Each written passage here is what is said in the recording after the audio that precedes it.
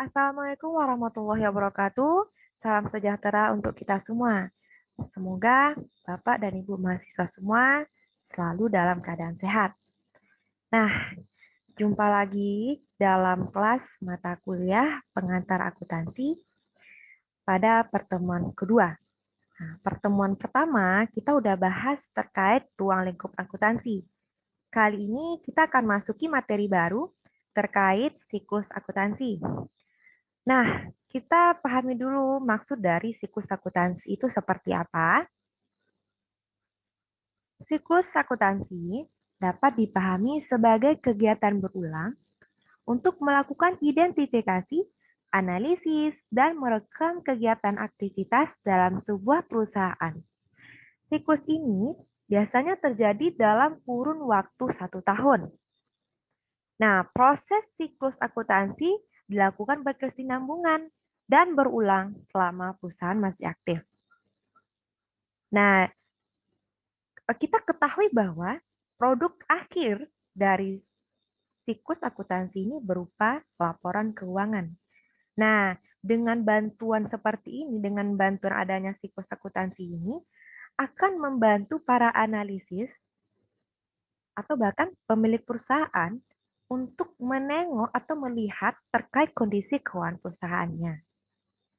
Dan bahkan laporan keuangan yang telah tersusun tersebut dapat digunakan oleh para eksternal dalam hal pengambilan keputusan. Nah, kita masuki ke kira-kira seperti apa aja sih sebenarnya tahapan siklus akuntansi itu.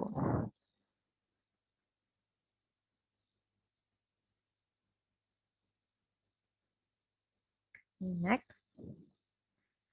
Ada beberapa tahapan siklus akuntansi. Yang pertama, identifikasi dan pencatatan transaksi. Kedua, posting buku besar. 3, neraca saldo. 4, jurnal penyesuaian. 5, laporan keuangan. 6, jurnal penutup. Nah, dari keenam tahapan siklus akuntansi ini, pada part 1 atau pertemuan ini, saya akan membagi dua. Artinya seperti ini. Pada pertemuan pertama ini, untuk materi ini, saya hanya akan membahas 3 bagian. 3 bagian selanjutnya akan dibahas pada pada pertemuan berikutnya. Oke, kita masuki tahapan 1, pencatatan transaksi. Kita tahu bahwa perusahaan selalu beroperasi dan melakukan transaksi selama periode waktu tertentu. Kita tahu, maka tugas seorang akuntan itu adalah mengidentifikasi transaksi-transaksi yang terjadi. Menengok transaksi ekonomi apa saja yang terjadi. Nah, proses identifikasi ini akan dituangkan dalam bentuk pencatatan transaksi dan tentunya harus disertai dengan bukti, apakah nota, kwitansi, dan lain-lain. Jadi, setelah seorang akuntan itu mengidentifikasi, oh, ini merupakan peristiwa ekonomi. Peristiwa ekonomi itu seperti apa? Adalah aktivitas atau transaksi yang mempengaruhi kondisi keuangan perusahaan. Nah, apabila suatu peristiwa itu merupakan peristiwa ekonomi yang mempengaruhi kondisi keuangan perusahaan, maka wajib dilakukan pencatatan transaksi tersebut.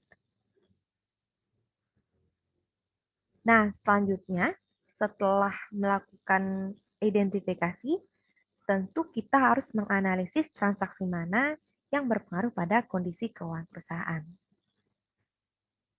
Seperti apa sebenarnya pencatatan transaksi tersebut? Mari kita tengok.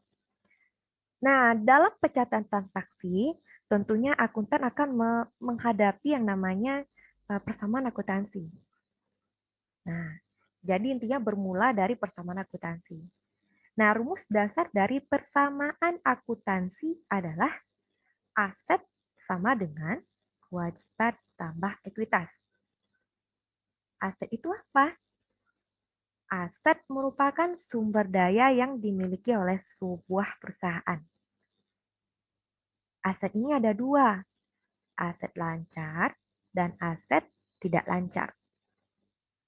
Aset lancar merupakan aset yang diharapkan dapat digunakan dalam kurun waktu kurang dari 1 tahun. Contohnya, kas. Kita gunakan kurang dari 1 tahun, kan? Betul. Bahkan setiap hari mungkin perusahaan itu menggunakan kas. Piutang, perlengkapan, dan lain-lain. Kemudian, aset yang kedua adalah aset tidak lancar.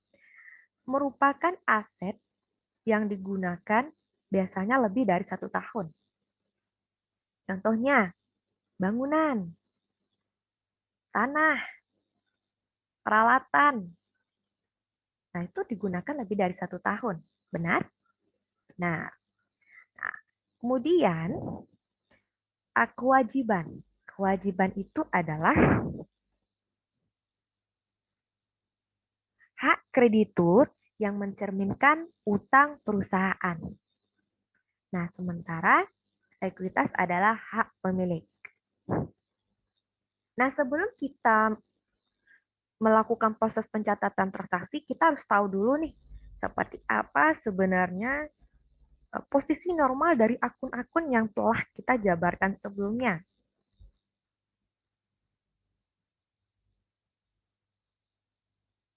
Akun aset normalnya di debit. Artinya, kegiatan apapun yang melibatkan aset, apabila dia melibatkan adanya pertambahan, maka kita letakkan di debit. Sebaliknya, apabila ada suatu transaksi yang melibatkan berkurangnya jumlah aset, kita letakkan di kredit. Kedua, kewajiban. Normalnya di kredit. Artinya, transaksi yang melibatkan kewajiban yang nantinya akan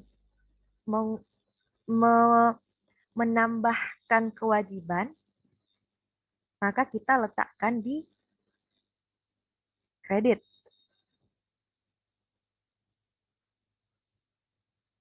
Tapi, apabila ada suatu transaksi yang pada akhirnya mengurangi kewajiban, maka kita letakkan di debit. Selanjutnya, ekuitas. Normalnya di kredit. Normal di sini maksudnya adalah posisi yang melibatkan akun itu bertambah. Nah, jadi aktivitas apa saja yang melibatkan ekuitas yang nantinya akan membuat ekuitas itu bertambah, kita letakkan posisi ekuitas di kredit. Namun sebaliknya, apabila dia berkurang, maka kita letakkan di debit. Akun Prive. Posisi normalnya di debit. Jadi, kalau seandainya ada penggunaan modal perusahaan untuk kepentingan pribadi, berarti kan bertambah ya posisi Prive-nya, maka kita letakkan di debit. Begitupun sebaliknya. Kemudian akun pendapatan. Akun pendapatan ini posisi normalnya di kredit.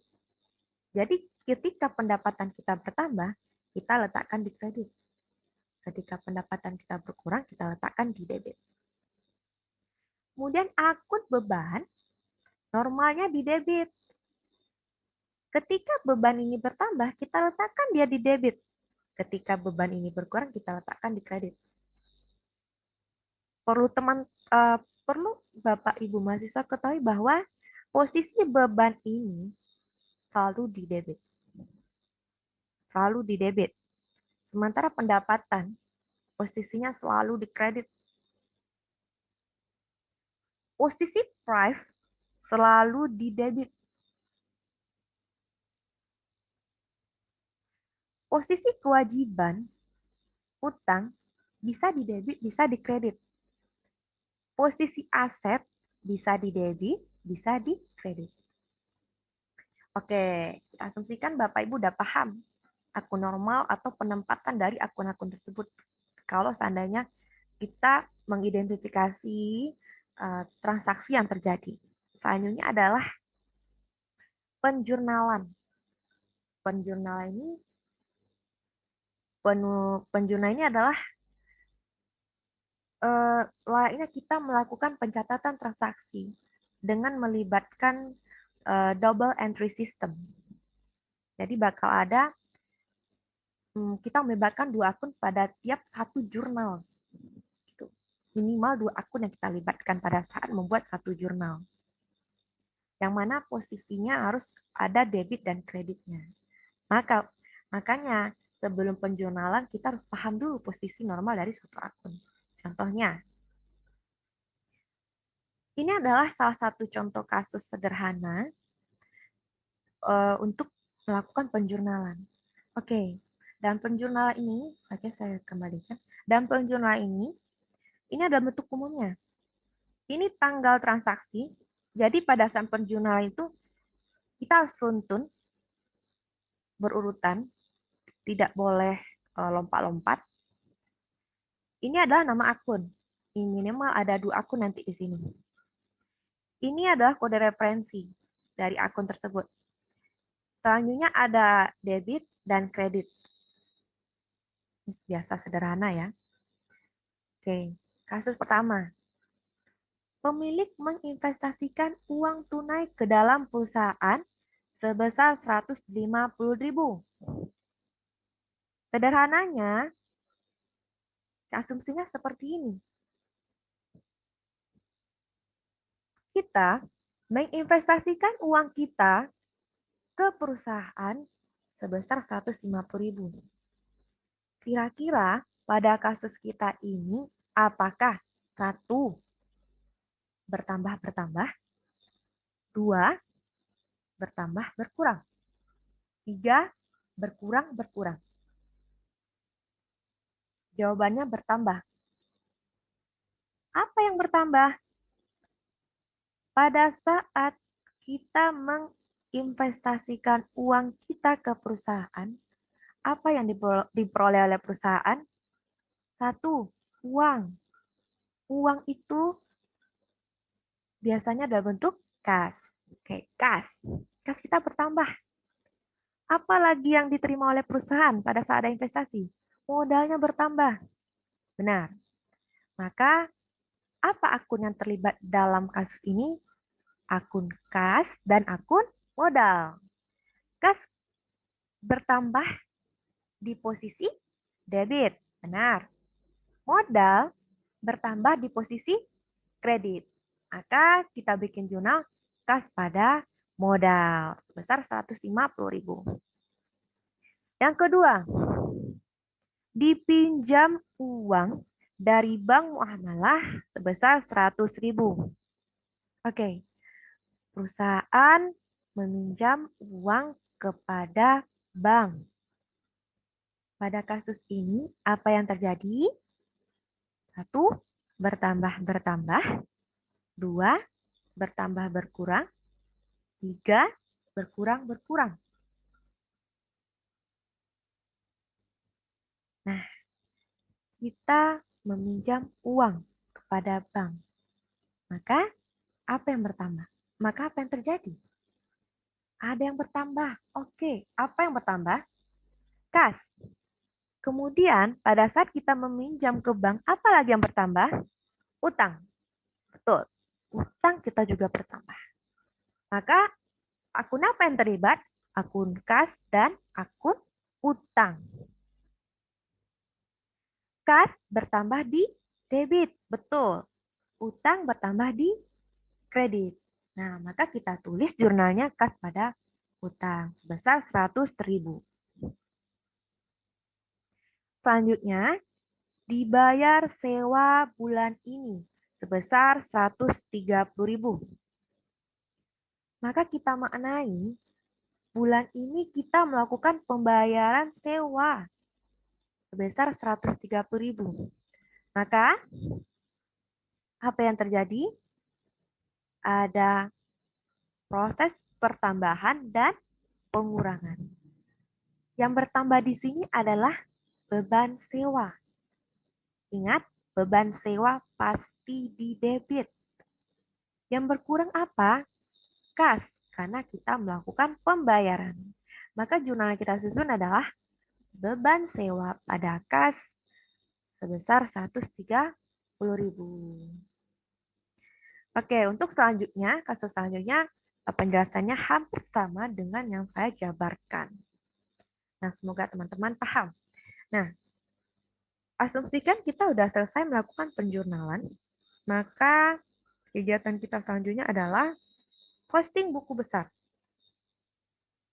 Buku besar maksudnya adalah kumpulan rekening pembukuan berisi informasi mengenai aktiva yang dicatat selama satu periode.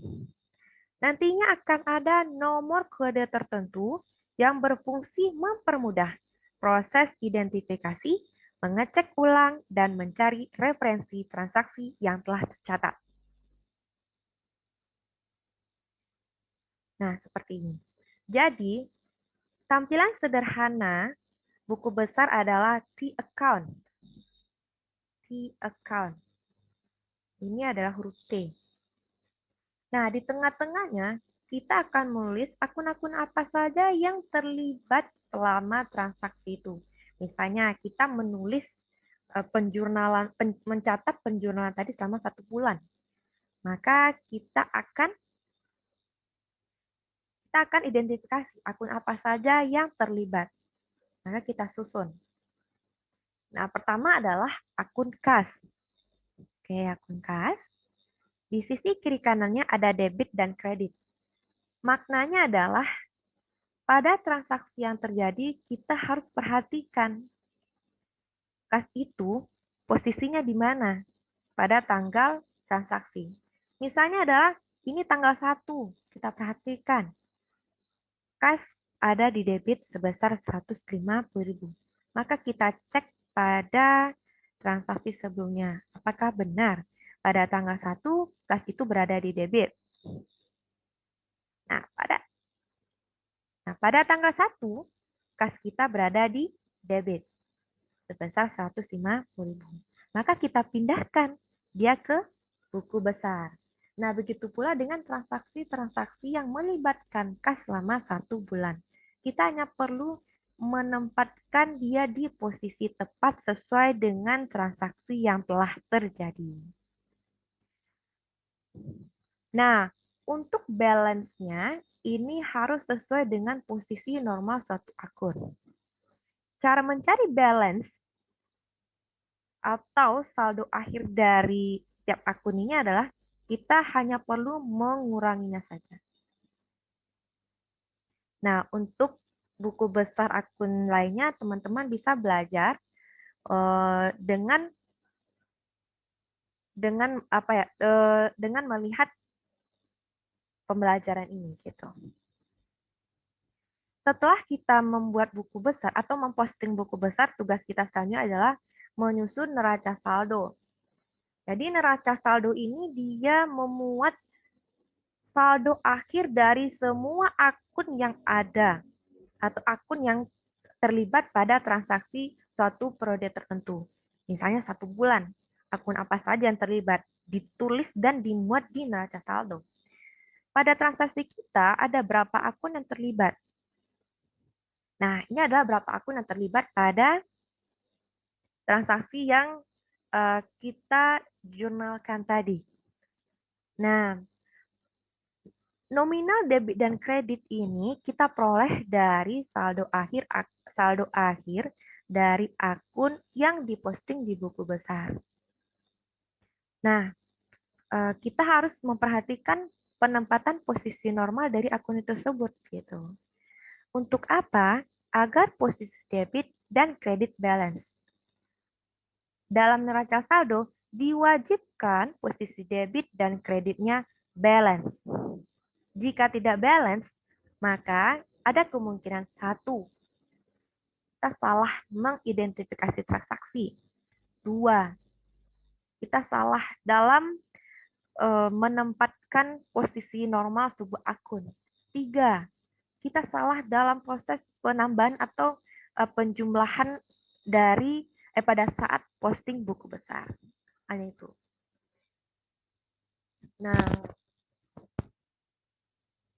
saya rasa itu saja bahasan kita untuk pertemuan kali ini. Untuk materi psikosakutansi berikutnya akan dibahas di pertemuan berikutnya. Oke, saya rasa cukup sekian untuk sesi ini. Saya akhiri. Assalamualaikum warahmatullahi wabarakatuh.